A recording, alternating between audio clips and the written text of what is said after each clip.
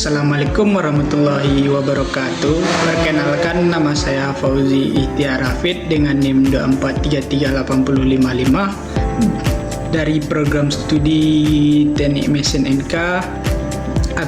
Pada kesempatan kali ini saya akan menjelaskan tentang diagram fasa dari materi mata kuliah metalurgi fisik.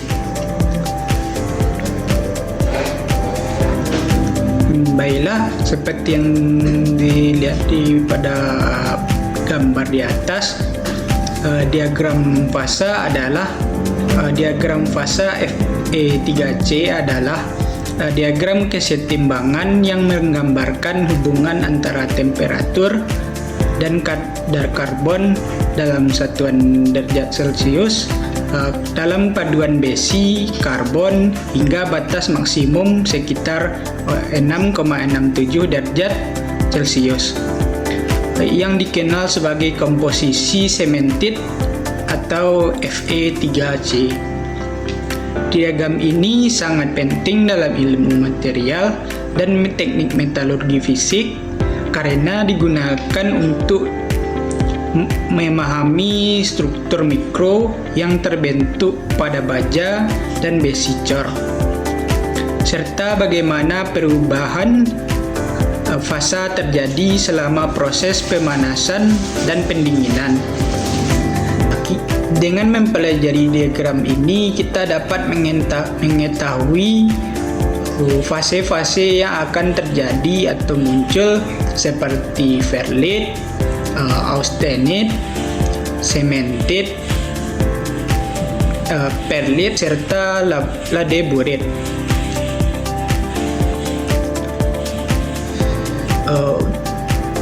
Menentukan sifat mekanik material seperti kekuatan, kekerasan, dan keuletannya. Selain itu, diagram ini juga menjadi dasar dalam proses perlakuan panas atau heat treatment untuk mengontrol struktur dan performa material sesuai kebutuhan aplikasi teknik.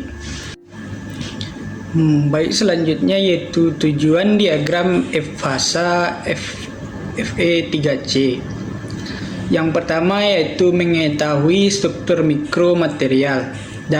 Diagram fasa Fe3C digunakan untuk memahami struktur mikro yang terbentuk dalam paduan besi karbon pada kondisi temperatur dan komposisi tertentu. Struktur mikro seperti ferrit, austenit, sementit, perlit, dan ladeburit sangat mempengaruhi sifat material. Dengan membaca diagram ini, kita dapat mengetahui fase apa saja yang muncul saat pendinginan atau pemanasan, sehingga dapat diprediksi bagaimana susunan butiran dalam material tersebut.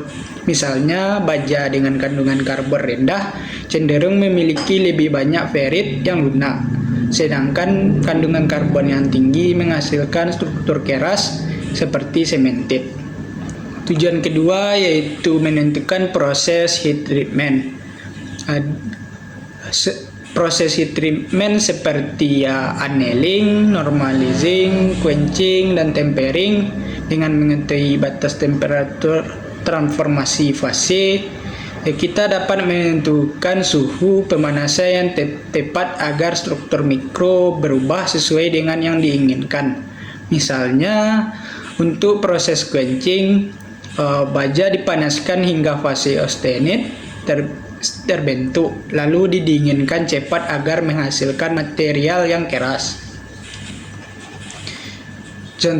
Tujuan ketiga yaitu memprediksi sifat mekanisme. Struktur mikro yang terbentuk dari diagram fasa berhubungan dalam sifat mekanis seperti kekerasan, kekuatan, keuletan, dan ketangguhan. Dengan melihat komposisi ini, karbon yang terbentuk, kita bisa dapat memprediksi apakah material akan bersifat lunak, keras, atau getas. Contohnya, pada baja dengan struktur perlit memiliki keseimbangan antara kekuatan dan keuletannya, sedangkan baja dengan banyak sementit cenderung lebih keras tetapi rapuh.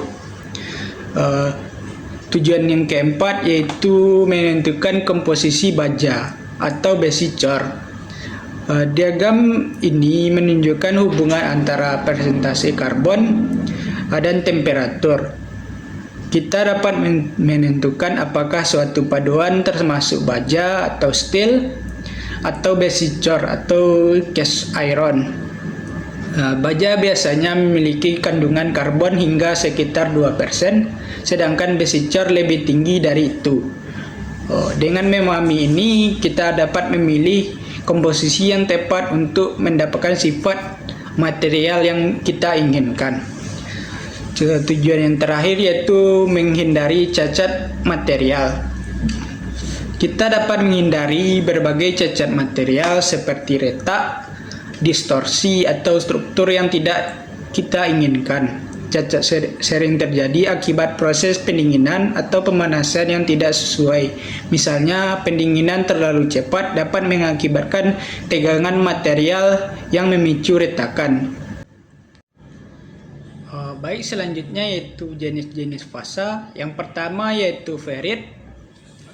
Ferrit adalah fasa padat dari besi dengan struktur kristal atau BCC, body center kubik, yang terbentuk pada suhu rendah dan memiliki kandungan karbon yang sangat kecil.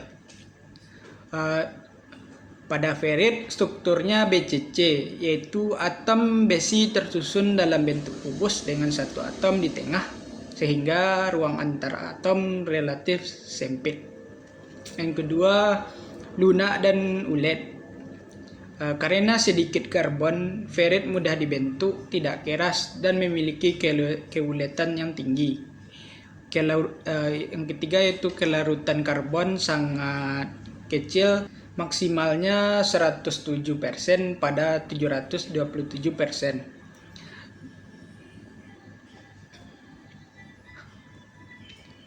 Kelarutan karbon sangat kecil, maksimum sekitar 0,02% pada suhu 727 derajat Celcius, sehingga hampir tidak mampu menahan karbon dalam jumlah besar. Yang kedua yaitu sementit. Sementit adalah senyawa kimia antara besi dan karbon yang bersifat sangat keras dan rapuh. Senyawa keras dan rapuh yaitu memberikan kekerasan tinggi pada baja tetapi mengurangi keuletannya. Yang kedua yaitu mengandung 6,67% karbon. Ini adalah batas maksimum karbon dalam sistem Fe3C sehingga sangat kaya karbon. Yang ketiga yaitu austenit. Austenit adalah fasa besi dengan struktur FCC atau phase center kubik yang stabil pada suhu tinggi. Sifatnya itu strukturnya FCC, yaitu atom tersusun lebih rapat dibanding BCC sehingga memiliki ruang antar atom lebih besar. Yang kedua yaitu stabil pada suhu tinggi. Biasanya terbentuk di atas suhu 700 derajat Celcius, yaitu mampu melarutkan karbon hingga 2,14%. Karena struktur FCC lebih longgar, karbon lebih mudah larut dibandingkan pada ferrit. Yang keempat yaitu perlit. Perlit adalah campuran mikrostruktur berbentuk lamelar atau berlapis-lapis antara ferrit dan sementit. Ferrit ini adalah campuran ferrit dan sementit yang menghasilkan sifat mekanis yang seimbang. Strukturnya lamelar atau terlihat seperti berlapis bergantian atau berlapis-lapis yang mempengaruhi kekuatan material. Yang ketiga itu terbentuk pada reaksi Eutectot yang terjadi pada karbon ketika austenit berubah menjadi ferrit dan sementit. Yang kelima yaitu ladeburit. Ladeburit adalah campuran antara austenit dan sementit yang terbentuk pada kadar karbon tinggi. Campuran austenit dan sementit biasanya terdapat pada besi cor dan terbentuk pada reaksi Autek. Baik, selanjutnya yaitu struktur BCC dan FCC pada logam. Dalam ilmu material, BCC dan FCC adalah jenis struktur kristal yang susunan atom dalam logam padat.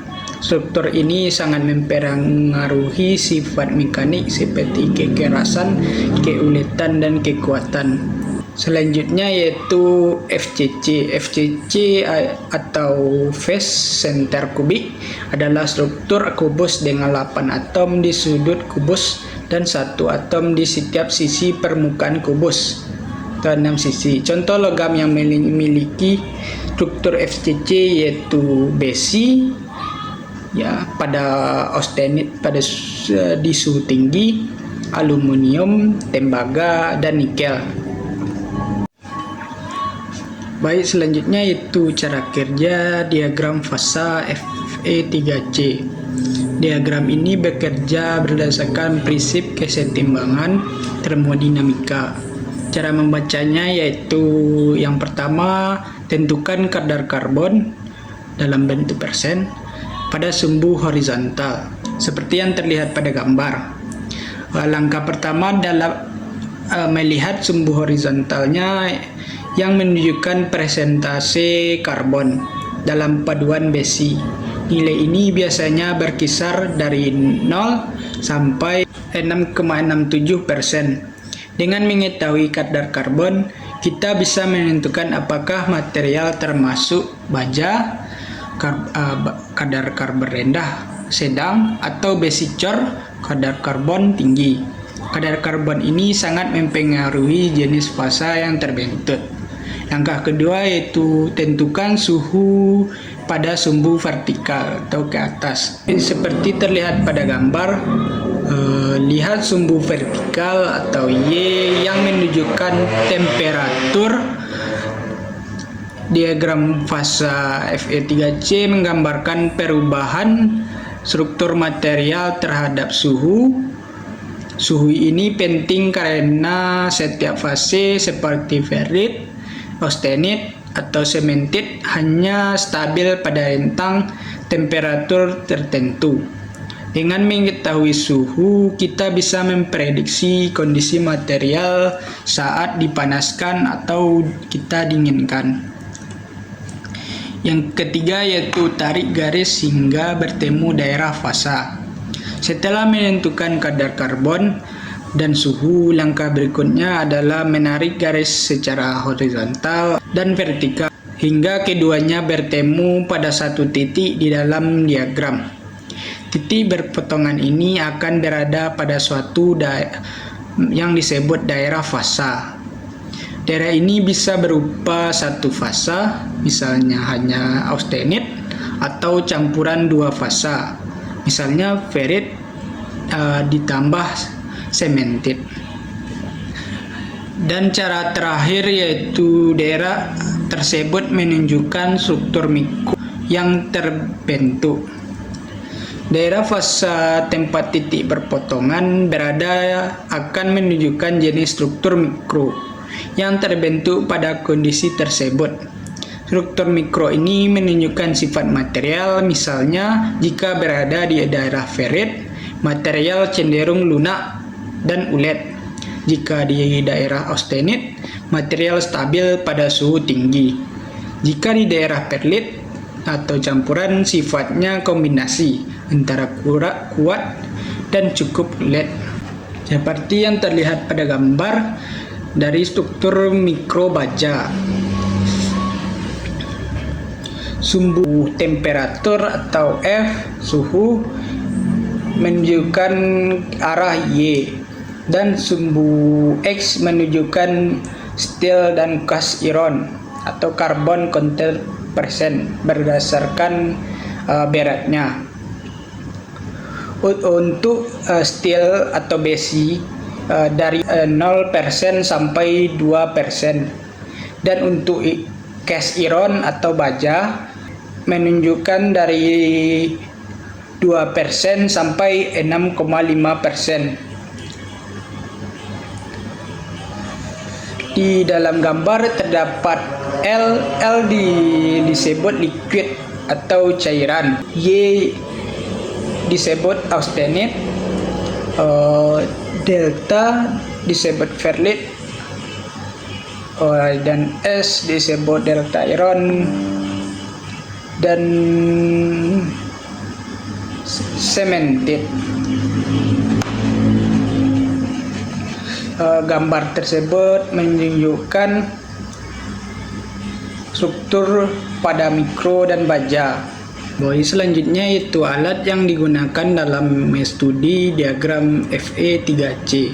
Untuk menganalisis dan mempelajari diagram fasa ini digunakan yang pertama yaitu tungku pemanas atau furnace. Digunakan untuk memanaskan logam hingga suhu tertentu sesuai kebutuhan percobaan. Alat ini penting untuk mencapai kondisi temperatur tinggi agar dapat terjadi perubahan fasa pada material. Yang kedua yaitu termokopel, berfungsi untuk mengukur suhu atau temperatur selama proses pemanasan. Termokopel bekerja dengan mendeteksi perbedaan tegangan akibat perubahan temperatur, sehingga suhu dapat dipantau dengan akurat. Yang ketiga yaitu mikroskop metalografi, digunakan untuk mengamati atau melihat struktur mikro logam. Dengan alat ini kita bisa melihat fasa-fasa yang terbentuk seperti ferrit, perlit, cemented, dan austenit.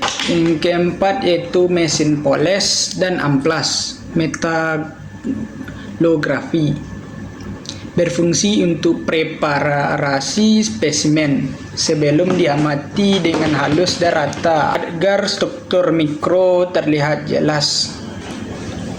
Yang kelima yaitu alat uji kekerasan seperti Brinell, Rockwell, dan Vickers, digunakan untuk mengukur sifat mekanik khususnya kekerasan material.